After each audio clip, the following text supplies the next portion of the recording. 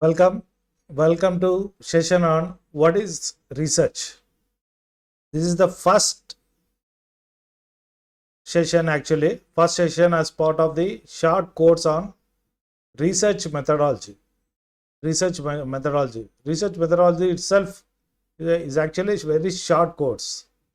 It's a compressed form of the course which can be run for 1 week or even 15 days. So it is compressed form. It is precise, concise, straight to the point. It gives you the outline or hints which are essential. The other things will not be present in it. So the first session is what is research? What is research basically? So we'll first discuss how this research is different from your regular classwork. Your b.tech course, m.tech course, maybe your school, intermediate, etc. How exactly it is different from the regular classwork. So we consider your school, college, graduation or post-graduation, whatever it be. So what happens in those things is you will be having a fixed syllabus. Okay, you will be having a fixed question paper pattern. And the schedule will be decided. It is 4 years or 3 years, 2 years, schedule will be decided. And even know when the exams will be conducted, what type of questions you are going to get, how many questions you are going to get, and what will be the criteria for evaluation, what you have to study actually to pass the examination. All those things will be clear for you. And the quite opposite is your research work. In the case of research work, nothing is clear. Everything has to be decided by you. You don't have even the fixed syllabus. Of course, nowadays there are some certain subjects which you have to study, but those things can be considered as only the prerequisite. They are not part of your actual research work. So research is totally different. The steps are defined by you. That means the total responsibility and authority will be usually with you. The steps are defined by you, not by your supervisor, not by your department, not by your college, not by your university, etc. All those things will be decided by you. You have to take the total responsibility. 99% of the responsibility is with you only. So we consider bachelor's degree. If we consider bachelor's degree provides general education in a field. Whereas master's degree, it provides advanced knowledge in a specific field. It provides the advanced knowledge. That is master's degree. But if you come to your Ph.D. or doctor's degree, so in-depth knowledge on a topic of interest. Which topic of your interest, which you decide to do, on which you are doing the research work. You have to do the in-depth investigation. You will get the thorough knowledge of it. You will be an expert. You will be a specialist on a particular topic. Of course, you will be having a general knowledge about the other adjacent areas, the background, etc. You will be having, but you have to go in depth into that specific topic. And in many countries, even in India also, it's a license to teach. So AICTE UGC has made mandatory for engineering teachers to have a PhD degree. Of course, because of various reasons, they are relaxing, they are extending the period. But in future, definitely PhD will be mandatory for you. Without PhD, you cannot enter the teaching field. Of course, In what way PhD is helpful? It's again a debatable issue. It's a debatable issue. So according to me, bachelor's degree is more important than this master's degree and then PhD. Bachelor's degree is very much important. But assuming you have done your bachelor's degree correctly, master's degree correctly, you learn many things, and also your PhD. So you'll be having in-depth knowledge about a particular topic or particular area. So you'll be an expert.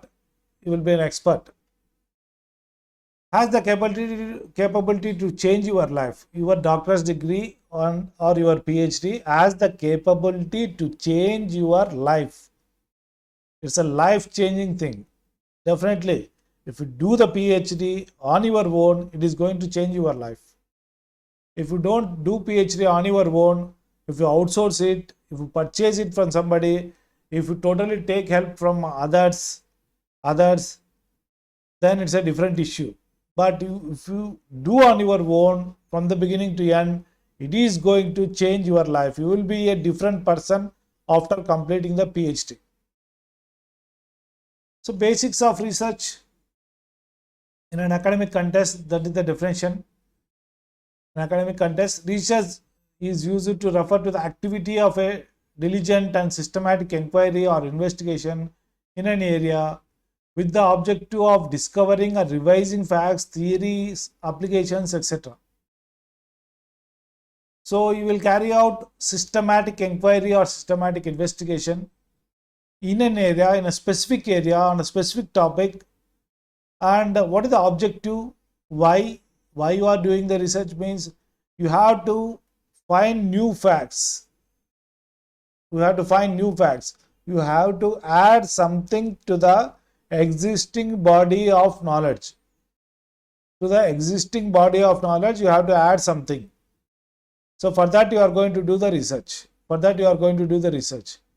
So the goal is to discover and disseminate new knowledge, not reviving or surveying the existing works or existing knowledge, but you have to gain some new knowledge. You have to contribute something to the existing body of knowledge. That too, the contribution should be original, it should belong to you, and should be substantial also. Doing an exercise, finding a solution to an exercise, doing some programs, doing some electrical circuit related experiments, they are not going to be called as research. You have to do sufficient work, level which is required for the PhD. How to start the research? This is where many people don't find any answers. Usually people don't get guidance how to do the research, how to start the research basically. How do you start? Because responsibility is with you. Your supervisor may or may not help you.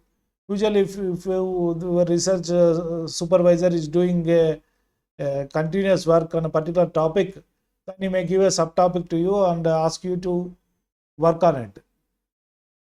But otherwise, it is you who has to decide.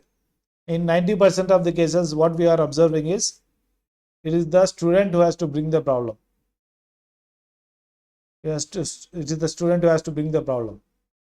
So how do you start? First thing is, pick an area which is interesting to you. You should have an interest. You should have an interest in it. It doesn't mean that if you have interest, you are going to do the wonders. Okay. But basically, because you have to work with it, you have to sleep with it. You have to sleep with it for another 4 to 5 years. Sleep with it in the sense that you may not get sleep properly during your PhD work period. Sometimes, not every day. Sometimes there will be periods of frustration, etc. So you have to select a topic which is interesting to you.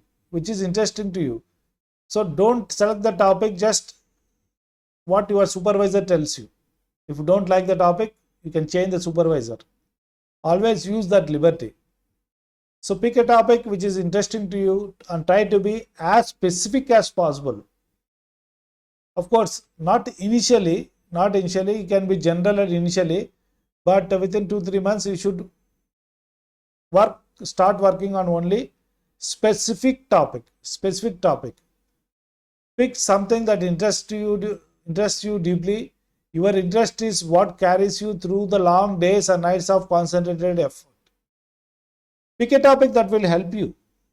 In our academic career. Now, it is essential. Suppose now we are moving towards these advanced areas, virtual reality, AI, machine learning, data science, etc. So maybe if you consider the theoretical computer science, compiler construction, etc. Already a lot of work is done in those areas. If you pick a topic in those areas, it will not help you in your future. It will not help you in your growth. Not that they are not good areas. Okay. Again, compiler construction, language processing, they will be useful. Okay. In many areas, they will be useful. But maybe people are crazy about the emerging areas. It's better you pick a topic from the emerging area. So that will help you in your career. Pick a topic that you often talk about. That means if you have an interest, you all often talk about it. Pick such topic. How do you do it? What are the steps involved? So compile a set of keywords. To start searching for high quality readings. You have to do some kind of search initially. But for that, you have to find the keywords related to the specific topic. Okay, you do not decide the title of the topic, but you should do some background work. So you know certain keywords related to the area. Maybe classification, clustering in data science, etc. So it depends. Okay, it depends. So select some keywords. You start with a survey paper. So always recommend to start with a survey paper. Read the survey paper. Don't read the survey papers that are published in local journals. So I recommend elsewhere papers for survey, or otherwise if you find ACM papers, ACM survey journal is there. If you can find papers, pick a paper. Don't try to read a number of survey papers. Maybe one paper recommended, or otherwise 2 or 3 papers, not more than that. Pick a survey paper, read it. The advantage of survey paper is, note that many people think that survey paper is just mentioning something about the existing work. It is not a survey paper. It is not literature review. Survey paper has to be presented from your perspective. We'll discuss as part of publications. We'll discuss what exactly is survey paper. But pick a survey paper. So usually survey paper will be more than 10 pages. Even if you find 25-30 papers pages survey paper. Pick such paper. So they will mention what is the current status of the work, what are the limitations, what are the issues, what are the problems, what is the scope for improvement, etc. All those things they will mention. So go through it thoroughly and pick some issue which is interesting to you. So after again finding such keywords from that survey paper, what you have to do is, based on the keyword search, select some experimental or simulation related papers or mathematical modeling related papers, depending on type of work which you want to do. Select some 15 to 20 papers that are related to your work, the most related to your work. So the work which you want to do, pick some 15 to 20 papers. Again, you cannot read thoroughly all these 15 to 20 papers. I don't recommend. I don't recommend. So read only abstract, introduction and conclusion. Abstract, introduction and conclusion. Remember, they are very, very important. Whenever you try to publish a paper, people will read only these three things first. Okay. So you also read abstract, introduction and conclusion in detail.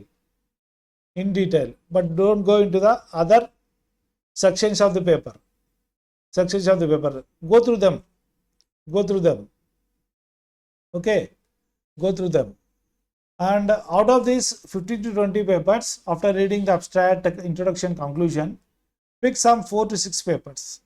Pick some 4 to 6 papers that are of highest quality and that are logically related. They are related to your work, and also they are also logically related. Pick such papers. Remember, it's not the end of the story. Sometimes, if after doing all this process, you may fail. Again, you have to repeat. You have to repeat. But this is the process you have to adopt. Pick a list of 4 to 6 papers which are logically related, which are of interest to you, and go through those papers thoroughly. Remember, IEEE, elsewhere papers, etc. They are the work of a person for 2 years. For 2 years. So usually 99% of the cases, unless you are very good, unless you have very good knowledge, you don't understand such papers if you read it once or twice. You may have to read them 9 to 10 times. 9 to 10 times. So read those 4 to 6 papers from beginning to end and try to try to create a research proposal. Write a research proposal. Write a research proposal. If you are able to successfully write the research proposal, that means you understood something. That means you have taken the first step. If you fail, means there is some problem. Go back to again keywords, search them, try to find some other papers, etc., etc., etc., etc. Okay. So remember, your work will not be based on just 4 to 6 papers, but they are more related. They are basic papers. That basic papers. Your work is based on that one. They are the foundation. But building will not be completed with just foundation. Just foundation. You have to do many other things. You have to construct walls, beams, furniture, etc., etc. There are a lot of other things to be done. But they are the base. They are the base. Okay. Try to write a research proposal. While writing the research proposal, you may have to refer back. The number of relevant publications may increase. So write it. So what you have to write? Overview of the existing work. Overview of the existing work. What is the work which is already done? What are the limitations of the existing work? What are the limitations of the existing work? From the limitations, you should get motivation. Why you have to do some work? What motivating you to do the work? There may be many limitations. Remember, you cannot solve or you cannot find solutions to all the limitations. You pick few things. Scope of the paper, scope of your work. So motivation. So motivation, try to identify the motivation, why you want to do the work. Identify the research challenges. Identify the research challenges. Identify the potential directions and ideas for improvement. And what are the expected results and impact on the field, you have to determine. You are not going to draw the graphs. You are not going to draw the graphs or draw the tables. But what are the expected things? What knowledge you are expecting to add?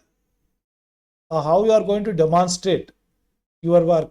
That will be part of this expected results and impact on the field. Impact on the field. So this is the way you have to start your research. Start your research. What you have to do? Usually pick a topic of interest to you. Pick a topic of interest to you. Okay. Initial stages you can always pivot. You need not continue with it. But do good work during the beginning stages. First 3 months, 6 months is very important for you. So decide about your topic. You have to decide about problem statement and objectives also. How to arrive at those things, we'll discuss in another session.